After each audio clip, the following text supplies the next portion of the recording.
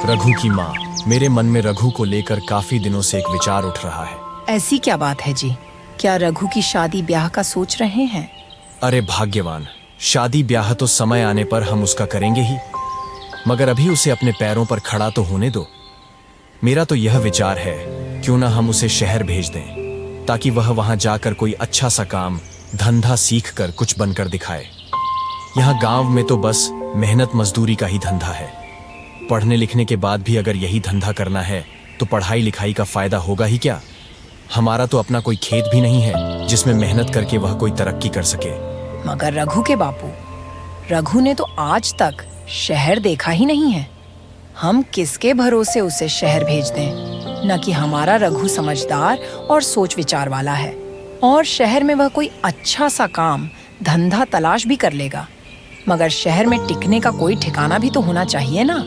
सुनो रघु की माँ, शहर में मेरा एक मित्र है। हालांकि हम दोनों वर्षों से एक दूसरे से मिले नहीं हैं, मगर फिर भी मुझे उम्मीद है कि अगर मैं रघु को उसका पता ठिकाना समझाकर भेजूं तो वह उसे अवश्य ही शरण देगा और रोजी रोटी ढूंढने में वहां रघु की सहायता भी करेगा। बात तो आपकी ठीक है रघु के बापू, लेकिन मेरा मन नहीं मान रहा है। मैं अपने लाल को अपनी आंखों से दूर कैसे करूं? ऐसा तुम अपनी ममता के हाथों मजबूर होकर कह रही हो, मगर दिल से तो तुम भी यही चाहती हो कि हमारा बेटा तरक्की करे। इसलिए दिल को मजबूत बनाओ। रघु शहर जाकर कुछ बन गया तो हमारा बुढ़ापा भी सुख से गुजरेगा। जब रघु के माता पिता ने रघु के साथ यह बात की तो रघु ने कहा, पिताजी, चाहता तो मैं भी यही था कि पढ़ लिख कर शहर जाऊं और अच्छी सी नौकरी करके घर की कमाई में आपका हाथ बटाऊं, मगर कहीं आप मुझे शहर भेजने से इनकार न कर दें। यही सोचकर मैंने आपसे अपने मन की बात नहीं की। अब जब आप स्वयं ही मुझे शहर भेजने के इच्छुक हैं तो इससे अधिक खुशी की बात मेरे लिए भला क्या हो सकती है। मैं अवश्य ही जाऊंगा। इस प्रकार दूसरे ही दिन हरि सहाय ने उसे दुनियादारी की ऊंच नीच समझाई और अपने मित्र का पता देकर शहर के लिए विदा कर दिया। रघु काफी सूझबूझ वाला और समझदार युवक था। अपने माता पिता के दुख दर्द को भी भली भांति समझता था। वह खुशी खुशी शहर के लिए रवाना हो गया। रघु जब पिता के बताए स्थान पर पहुंचा तो पता चला कि उसके पिता का दोस्त रामचंद्र तो न जाने कब मर खप गया और अब तो उसके परिवार का भी कोई अता पता नहीं था। यह जानकर रघु बहुत निराश हुआ और सोचने लगा, रघु, निराश होने से कुछ नहीं होगा। अब शहर आ ही गया हूँ तो कुछ करके ही लौटूंगा। माँ और बापू ने मुझसे बड़ी उम्मीदें लगा रखी हैं। मैं ही उनके बुढ़ापे का सहारा हूँ। अब जब मैं यहाँ आ ही गया हूँ तो कुछ बनकर ही लौटूंगा। गांव में मास्टर जी कहा करते थे, हिम्मत मर्दा मद दे खुदा। अपने आप को इस प्रकार हौसला देते हुए रघु रहने के लिए जगह की तलाश करने लगा। काफी देर इधर उधर पता करने के बाद उसे एक आदमी मिला। काका, मैं गांव से आया हूँ और यहाँ रहने के लिए जगह ढूंढ रहा हूँ। क्या आप मुझे रहने के लिए कोई जगह दे सकते हैं? हाँ बेटा, मैं अभी यहाँ अकेला ही रहता हूँ। मेरा कोई बेटा नहीं है, न ही कोई बेटी, तो तुम मेरे साथ यहाँ मेरे घर रह सकते हो। रघु को अब शहर में रहने के लिए जगह मिल गई थी। उसने रात उसी घर में गुजारी। फिर अगले दिन वह किसी नौकरी की तलाश में निकल पड़ा। जहां भी नौकरी मांगने जाता, दुकानदार उसकी बातचीत के ढंग और उसकी सूझबूझ से प्रभावित तो होते, लेकिन किसी जान पहचान न होने के कारण उसे नौकरी नहीं मिल पाती थी। इसी प्रकार कई दिन गुजर गए। एक दिन की बात है, रघु थक हार कर एक पेड़ के नीचे बैठा था। उससे कुछ ही दूरी पर राज कर्मचारी उस पेड़ की ठंडी छांव में बैठे गपशप कर रहे थे। अनमना रघु उनकी बातें सुनने लगा। वे एक दूसरे से कह रहे थे, कुछ भी कहो भाई महावीर, तू बड़ा नसीब वाला है। हम दोनों साथ साथ ही राज दरबार की सेवा में आए थे, मगर तू तरक्की करके राजा जी का खजांची बन गया और मैं रहा सिपाही का सिपाही। इसे कहते हैं तकदीर। तकदीर भी उन्हीं का साथ देती है शिवराम, जो सूझबूझ और हिम्मत से काम लेते हैं। मैंने अपनी सूझबूझ से ऐसे काम किए हैं कि महाराज का विश्वास पात्र बन गया और उन्होंने मेरी ईमानदारी देखकर मुझे खजांची बना दिया। नन भाई ननन, तू जरूर किसी साधु या फकीर से कोई मंत्र वंत्र पढ़वा कर लाया होगा जो इतनी जल्दी इतनी तरक्की कर ली, वरना मैं क्यों ना किसी ऊंचे पद पर पहुंच गया। भैया, तू मुझे भी अपनी कामयाबी का राज बता। तेरे जैसे लोग इसी चक्कर में रहते हैं कि पकी पकाई मिल जाए और खा ले। अरे भाई मेरे, हिम्मत, हौसला, ईमानदारी, साहस और सूझबूझ अगर इंसान में हो तो वह पहाड़ खोदकर नदी बहा दे। देख तू, वह मरा हुआ चूहा देख रहा है ना? हाँ, देख रहा हूँ। आने जाने वाले लोग भी उसे देख रहे हैं, थूक कर दूसरी ओर मुंह फेर के निकल जा रहे हैं। महावीर भाई, मैं तुझसे तेरी कामयाबी का राज पूछ रहा था और तू मुझे मरा हुआ चूहा दिखा रहा है। यह क्या बात हुई? शिवराम, मैं तुझे कामयाबी की बात ही बता रहा हूं। सुन, लोग इस मरे हुए चूहे पर थूक कर जा रहे हैं, मगर कोई सूझबूझ वाला इंसान इस मरे हुए चूहे से भी 4 पैसे कमा लेगा। भैया मेरे, अक्ल का इस्तेमाल करने से ही इंसान कामयाबी हासिल करता है, जंतर मंत्र से कुछ नहीं होता। मैं समझ गया भाई, तू मुझे अपनी कामयाबी का राज बताना ही नहीं चाहता। खैर, कभी तो मेरे भी दिन बदलेंगे। हाँ, अब हम चलते हैं। इस प्रकार वह दोनों राज कर्मचारी उठकर चले गए। मगर खजांची महावीर की चूहे वाली बात ने रघु के दिमाग में खलबली मचा दी। उसके दिमाग में महावीर की कही बात बार बार गूंज रही थी। रघु सोचने लगा, खजांची की बात में दम तो है। जिस देश में मिट्टी भी बिकती है वहाँ कोई चीज बेचना भला मुश्किल नहीं, मगर इस मरे हुए चूहे को खरीदेगा कौन? कैसे कमाए कोई इससे 4 पैसे? चूहे को घूरते हुए रघु यही सोच रहा था, लेकिन उसकी समझ में कुछ नहीं आ रहा था। तभी सड़क पर उसे एक आदमी आता दिखता है। उसने एक बिल्ली को अपनी गोद में दबोचा हुआ था। बिल्ली बार बार उसकी पकड़ से छूटने की कोशिश कर रही थी। अभी वह रघु के आगे से गुजरा ही था कि बिल्ली सेठ की गोद से छूटकर सड़क के किनारे झाड़ियों में जा घुसी। अरे अरे, रुक, कहाँ जा रही हो? मेरी बिल्ली इन झाड़ियों में जा घुसी है। कोई उसे पकड़ने में मेरी मदद करो। सेठ झाड़ियों के पास जाकर बिल्ली को बुलाने लगा, आजा आया। इसी बीच रघु समेत कुछ और लोग भी वहां जमा हो गए। अरे भाई, मैं किसी खास प्रयोजन से इस बिल्ली को खरीद कर लाया हूँ। कोई इसे बाहर निकालने में मेरी सहायता करे। यह सब देखकर रघु के दिमाग में राजा के खजांची जी की बात गूंज गई। वह थोड़ी देर सोचकर बोला, सेठ जी, अगर मैं आपकी बिल्ली को काबू करके दूं तो आप मुझे क्या देंगे? भाई, तू मेरी बिल्ली को काबू करके देगा तो मैं तुझे चांदी का एक सिक्का दूंगा। ठीक है, आप यहीं रहिए, मैं अभी आपकी बिल्ली काबू करके आपको देता हूँ। इतना कहकर रघु दौड़ा दौड़ा उसी दिशा में गया। वो चूहा वहां ही पड़ा था। वाह बेटा रघु, बन गया काम। इस आदमी ने ठीक ही कहा था कि अगर सूझबूझ से काम लिया जाए तो इस मरे हुए चूहे से भी 4 पैसे कमाए जा सकते हैं। रघु मन ही मन खुश होते हुए एक रस्सी तलाश की और चूहे की गर्दन में फंदा डालकर झाड़ियों की ओर चल दिया। हटो हटो, सब पीछे हटो। भाई वाह, इस लड़के ने तो मौके का फायदा उठाकर एक सिक्का कमा लिया। बिल्कुल, इसे कहते हैं बुद्धि का करिश्मा। यह लड़का अवश्य ही एक दिन बड़ा आदमी बनेगा। रघु झाड़ियों के पास बैठ गया और रस्सी से बंधे चूहे को बिल्ली के सामने लहराने लगा। चूहे की लालच में जैसे ही बिल्ली बाहर आई, उसे गोदी में उठा लिया। लो सेठ जी, अब जब तक यह चूहा आपके पास रहेगा तब तक आपकी बिल्ली कहीं नहीं जाएगी। रघु ने चूहे वाली रस्सी सेठ जी के हाथ में पकड़ाई और बोला, अब लाइए मेरा चांदी का सिक्का। सेठ जी ने जेब से एक सिक्का निकालकर रघु को दे दिया। तुम में मौके से फायदा उठाने की खूब सूझबूझ है। अगर ऐसे ही सूझबूझ से काम लेते रहे तो मेरा दावा है कि बहुत बड़े आदमी बनोगे। आपका आशीर्वाद साथ रहा तो ऐसा ही होगा सेठ जी। सभी लोग रघु की सूझबूझ की सराहना करते हुए वहां से चले गए।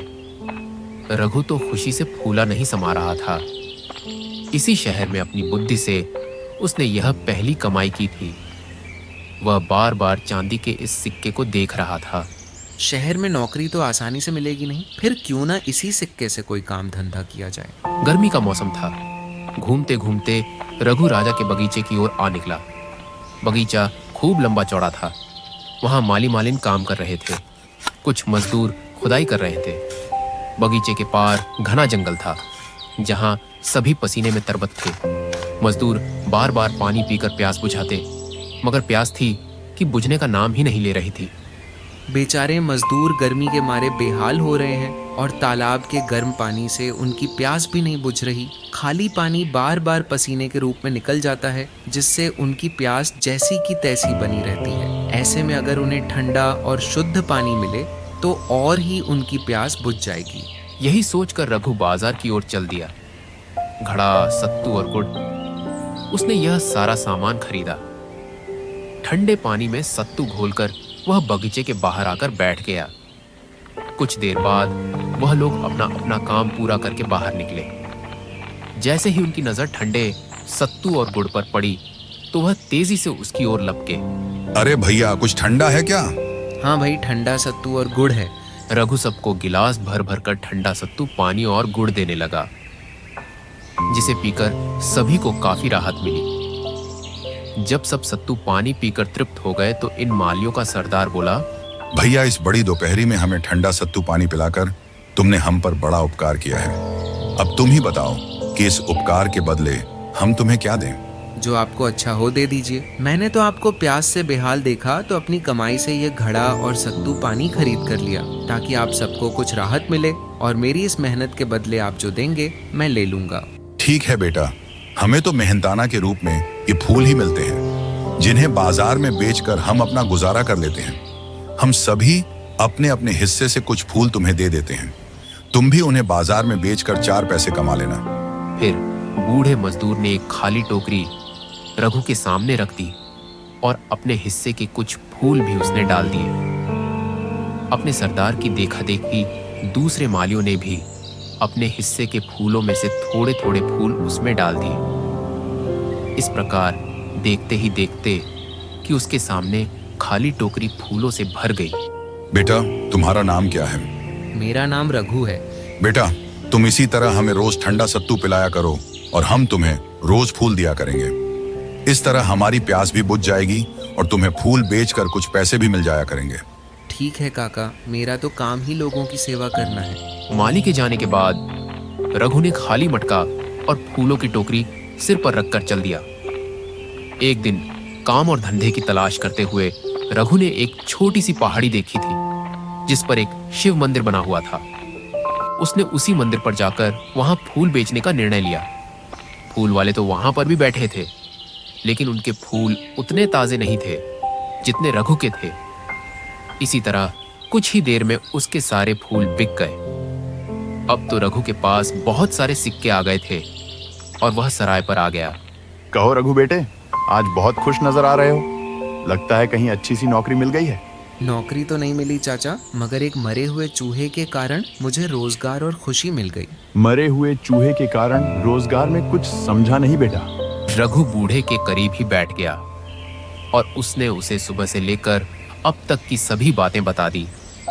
सारी बात सुनकर सराय का बूढ़ा मालिक रघु की बुद्धिमानी पर चकित रह गया।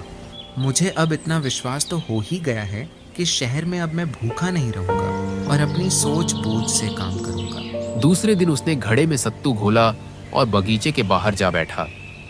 आज भी मजदूरों ने ठंडे सत्तू से प्यास बुझाई और बदले में रघु को फूल दिए, जिन्हें रघु ने मंदिर पर जाकर बेच दिया। इसी प्रकार कई दिन गुजर गए। रघु और उन मजदूरों के बीच काफी गहरी दोस्ती हो गई थी। हालांकि माली सत्तू के बदले में रघु को फूल तो दे देते, लेकिन वह इससे संतुष्ट नहीं था। एक शाम जब रघु मंदिर पर फूल बेचकर वापस आ रहा था, तो वह इसी सोच में था कि कैसे वह अपनी कमाई का जरिया बढ़ाए। तभी अचानक आसमान पर घने बादल छा गए। बादल गरजने लगे, तेज आंधी चलने लगी और फिर मूसलाधार बारिश होने लगी। अरे बाप रे, अचानक कितनी बारिश होने लगी। किसी के घर या दुकान में शरण ले लूं, नहीं तो न जाने यह आंधी तूफान कब थमेगा। बेहतर है कि अपने ठिकाने पर जाकर ही चैन की सांस लूं। इस प्रकार आंधी तूफान की परवाह किए बिना आगे बढ़ता रहा। कुछ ही देर में वह सराय पर पहुंच गया।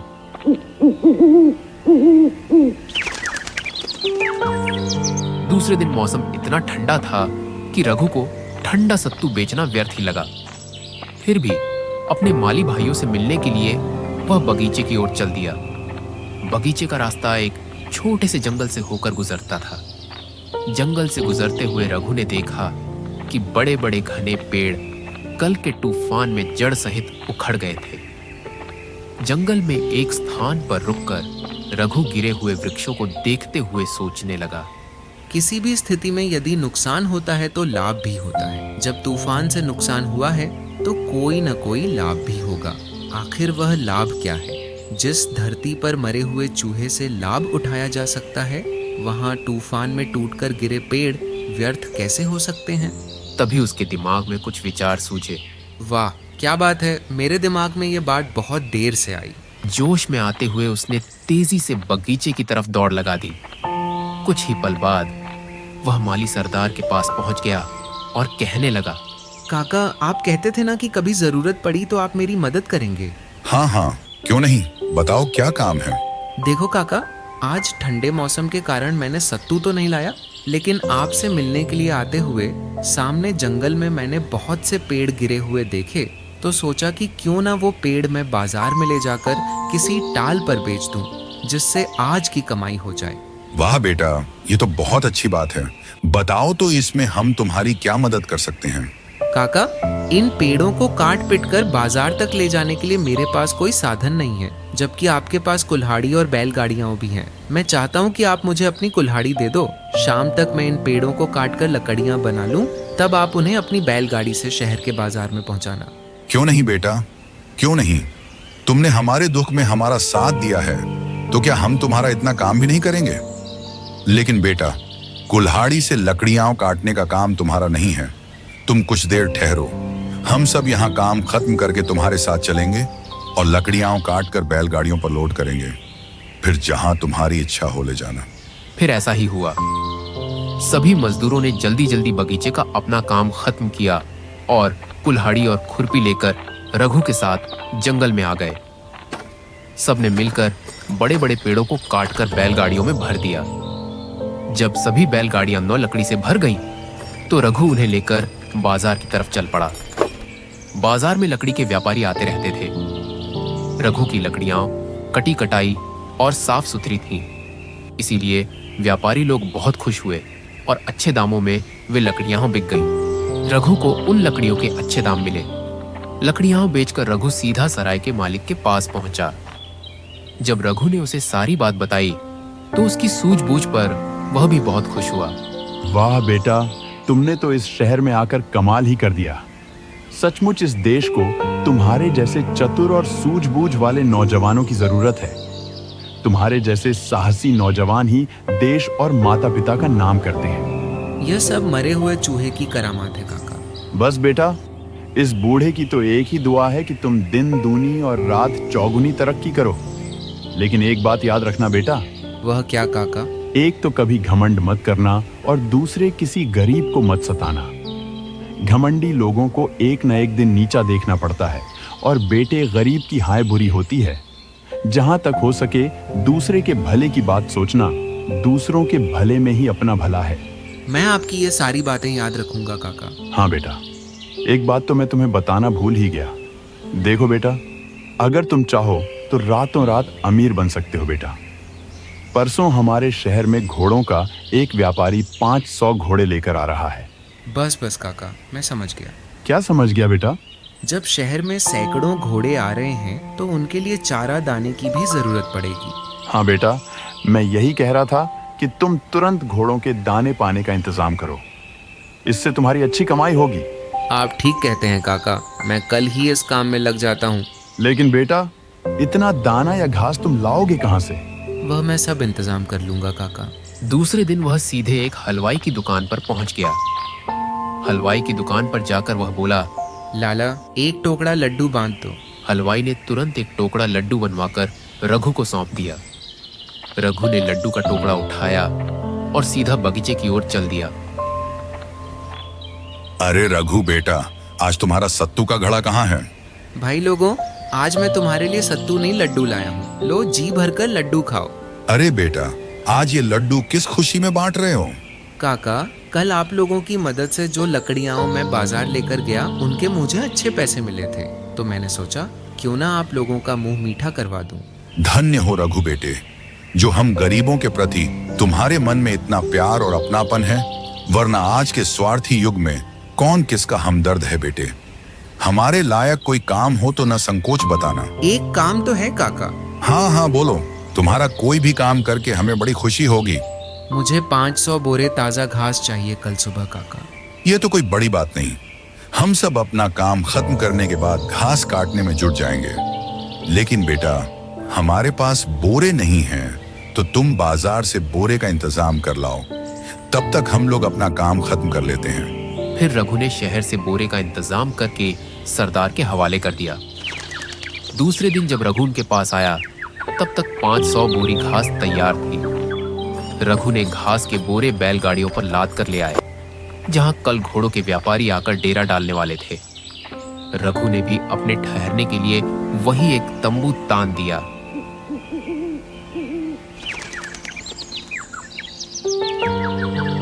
दूसरे दिन सुबह होते ही तुरंत घोड़ों के व्यापारी के पास जा पहुंचा। राम राम सेठ जी, मेरा नाम रघु है।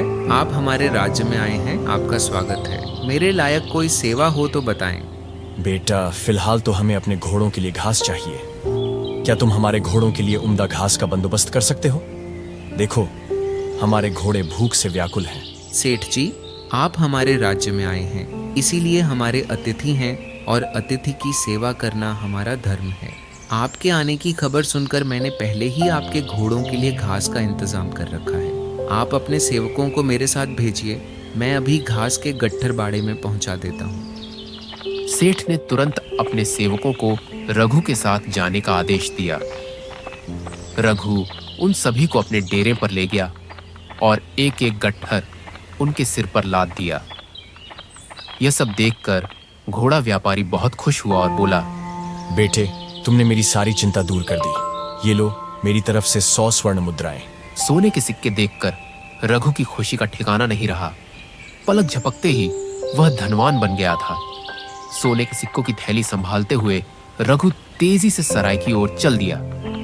वहां पहुंचकर वह मन ही मन सोच रहा था कि अब मैं अपने सभी सपने साकार करूंगा।